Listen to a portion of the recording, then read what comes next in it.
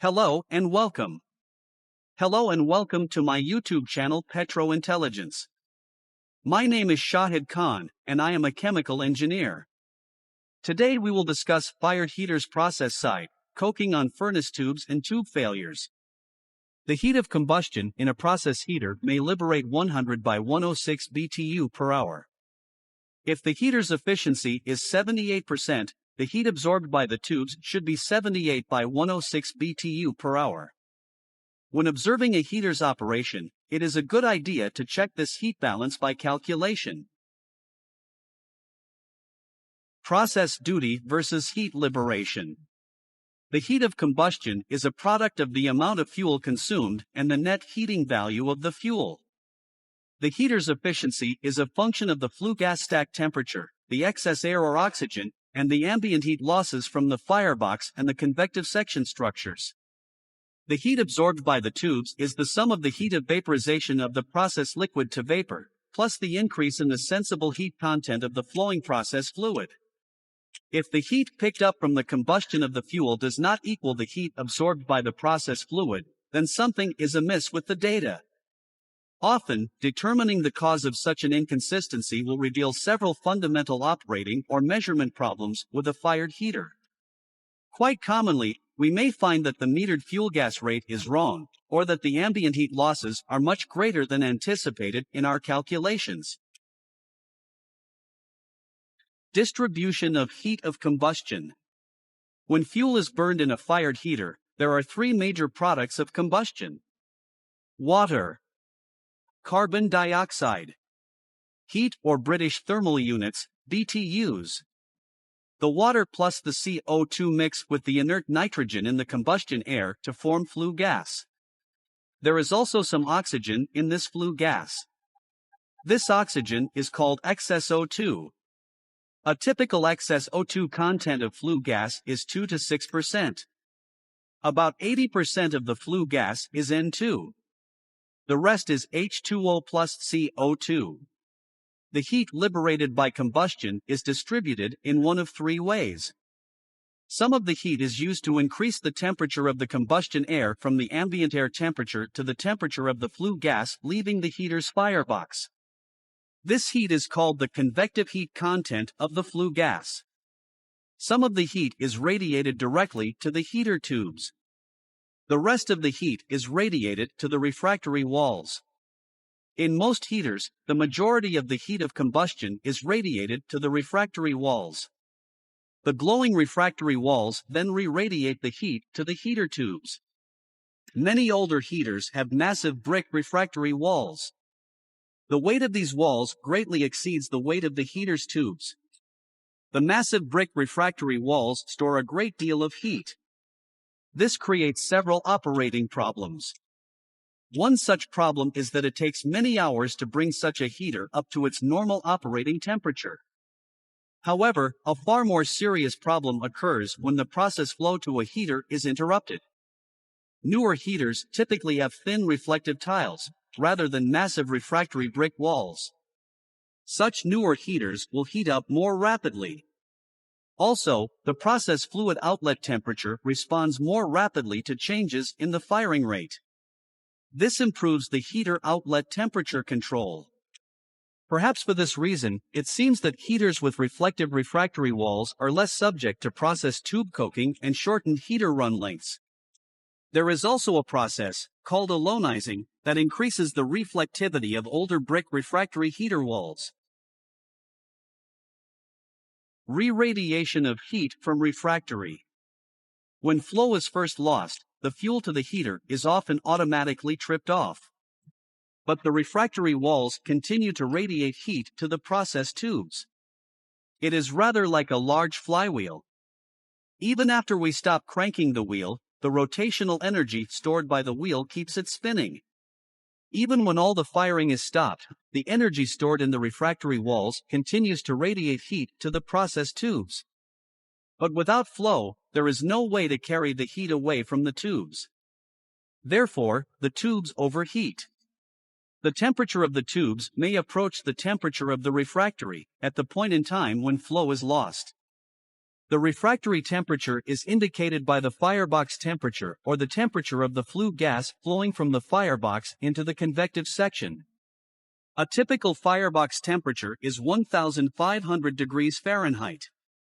Thus, the heater tubes can reach 1300 degrees Fahrenheit on loss of the process flow, even though the fuel flow has been immediately stopped. Tubes with a low chrome content may bend and distort as a result of such overheating.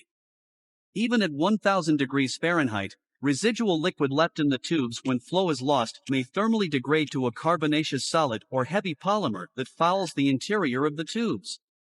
One way to combat this problem is with steam. As soon as the flow is interrupted, high-pressure purge steam is automatically opened into the heater tube inlets. The steam blows the residual liquid out of the tubes and also helps remove heat from the tubes. Stuttering feed interruption. After the purge steam begins to flow, the refractory walls and the tubes slowly cool. However, if process flow is reintroduced to the heater during this cooling period, a serious problem may result. The first few gallons of process liquid flowing through the heater will become extremely hot. The liquid may get so hot that it will turn to solid coke and partially plug the heater tubes. If this problem, the sudden loss of flow, followed by the premature restoration of flow, occurs repeatedly over a period of a few hours, then layers of fouling deposits or coke are accumulated inside the tubes until a heater shutdown becomes unavoidable. This sort of failure is called a stuttering feed interruption. Modern technology has come a long way in mitigating such problems. In new heaters, lightweight ceramic tiles, rather than massive brick refractory walls, are the norm. These ceramic tiles do not store very much heat. Hence, when the heater process flow is reduced or lost, as long as the fuel flow is quickly curtailed, the tubes tend not to overheat. Adiabatic combustion. In 1980, there was a strike at the Amoco oil refinery in Texas City. An engineer was assigned during this emergency to work as the chief operator on the sulfur plant. He was the engineer who had designed the sulfur plant of that refinery.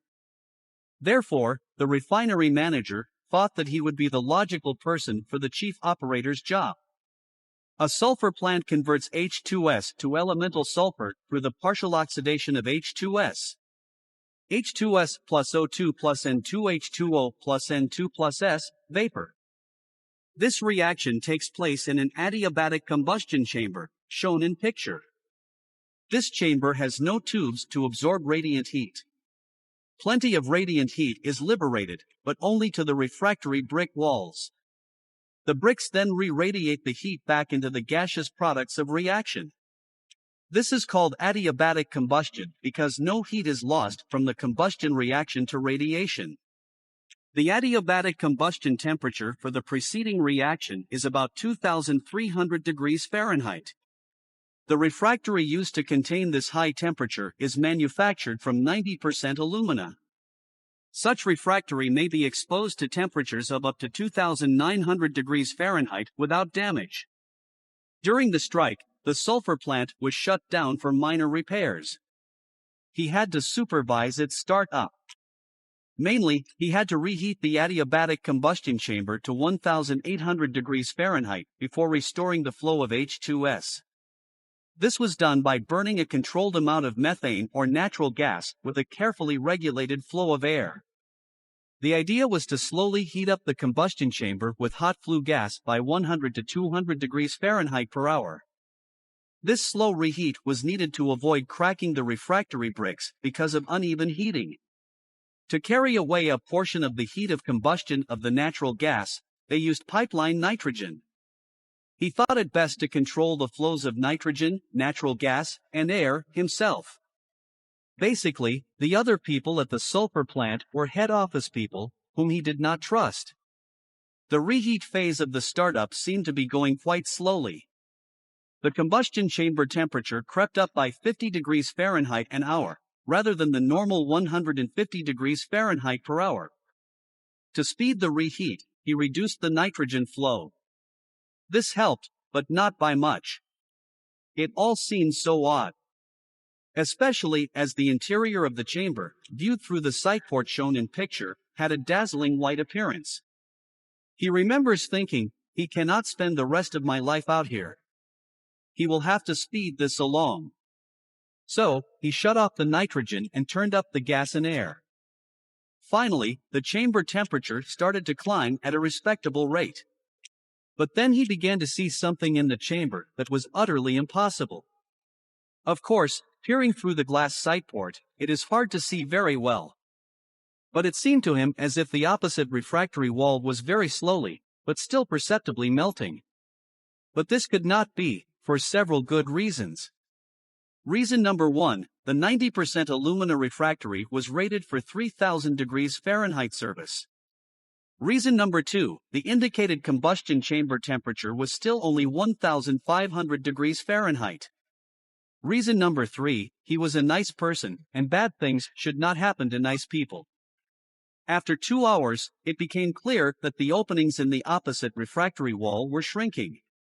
These openings permitted the hot flue gas to exit the combustion chamber and flow into the tubes of a heat recovery boiler.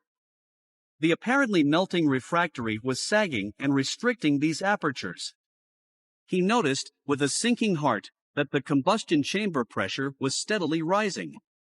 It rose from 2 to 12 psig, at which point the fuel gas tripped off as a result of the high pressure. The sulfur plant start-up was aborted. But what had happened? An investigation showed that the thermowell, a steel or ceramic tube containing the thermocouple wires, was not fully inserted into the adiabatic combustion chamber. The end of the thermowell was only halfway into the 12-inch thick refractory wall, as shown in picture. Therefore, the thermocouple was measuring the relatively cool zone inside the refractory wall, rather than the far hotter zone in the combustion chamber. He should have paid closer attention to the physical appearance of the chamber. Bricks glowing bright red are radiating heat at about 1500 degrees Fahrenheit. Bricks glowing a dazzling white are radiating heat above 2800 degrees Fahrenheit, shown in table. How hot did the refractory surface get? This value can be calculated if we assume the following. Fuel was 100% methane. Complete combustion, implying theoretically perfect air-fuel gas mixing. No excess oxygen. No heat losses to surroundings. Air is available at 60 degrees Fahrenheit. Pipeline nitrogen shutoff. Then the calculated temperature of the combustion chamber is 3800 degrees Fahrenheit. This is called the adiabatic flame temperature. Such a temperature is quite sufficient to turn even bricks into a high-viscosity, lava-type, semi-solid fluid. The refinery manager was not particularly pleased. He unjustly blamed him for this incident. Just because he had designed the sulfur plant, was the chief operator, and had been personally restreaming the sulfur plant, he said it was all his fault, and that he should have known better. Heater tube failures. Heater tubes are designed to operate at a particular pressure and temperature. The design pressure of the tube is not the inlet operating pressure of the heater. The design tube pressure is the heater charge pump deadhead, or shut-in, pressure. The design temperature of the tube is not the heater outlet process operating temperature. The design tube temperature is the anticipated or calculated maximum tube skin temperature, at end-of-run conditions, which is simply the temperature of the exterior metal surface of the tube. Many plants call this temperature the tube metal indication, TMI. The calculated tube skin temperature is mainly a function of the fouling resistance assumed inside the tube. The greater the assumed fouling resistance, the higher the design tube skin temperature, and the thicker the tube wall. In a sense, then, we partially assume the design tube thickness, on the basis of experience, for a particular plant surface. A typical process heater tube diameter is 4 to 10 inches. Tube thickness is usually between 0.25 and 0.50 inch. Heater tubes are often constructed out of chrome steel. A high chrome content is 13%. The chrome content increases the heat resistance of the tube. A tube with 11 to 13% chrome content can normally withstand a skin temperature of up to 1300 to 1350 degrees Fahrenheit. A low chrome content tube of perhaps 3% may be limited to 1200 degrees Fahrenheit tube metal temperature. Naturally, the pressure, thickness, and diameter of the tube all affect its maximum skin temperature limitations. For added corrosion and temperature resistance, the nickel content of tubes and sometimes the molybdenum content as well are increased. Tubes with a high nickel content are classified as 300 series stainless steels. A 0.5% silicon content is used to enhance the tube's oxidation or exterior scaling resistance. An engineer had a job working in a refinery. The unit bottleneck that he was consulting for was the furnace. Both the firing rate and TMI temperature were low. However, the tubes themselves were ordinary carbon steel. Not only the convective tubes, but the radiant tubes, all were carbon steel. Theoretically, engineering calculations showed carbon steel was adequate. Note that the furnace specs were issued by an American contractor, and not the locals. Theory is fine, but it needs to be tempered with common sense. Process heaters in refinery hydrocarbon service should employ chrome steel and not carbon steel tubes in the radiant wall and shock tubes. Carbon steel tubes should be confined to the convective section. High temperature creep. When the tube metal temperature exceeds a value of 1300 to 1400 degrees Fahrenheit, it becomes plastic. This means that the pressure inside the tube causes the tube diameter to expand. This is called high temperature creep. As the diameter of the tube bulges and expands, the tube walls become progressively thinner and ultimately too thin to constrain the pressure inside the tube, and the tube bursts. Large diameter tubes operating at higher pressures and with a thin wall thickness fail at a relatively low tube skin temperature. Tubes seldom fail because of external oxidation, and tubes rarely burn up. They fail because of high temperature creep, which causes the tube to expand and burst. Thus, the fundamental cause of tube failure is a high localized temperature, which is called a hotspot. Purge steam. When a heater tube fails, the process fluid spills out into the firebox. Let's assume that the process fluid is a combustible liquid. Will the leaking process fluid burn? There is probably not enough excess oxygen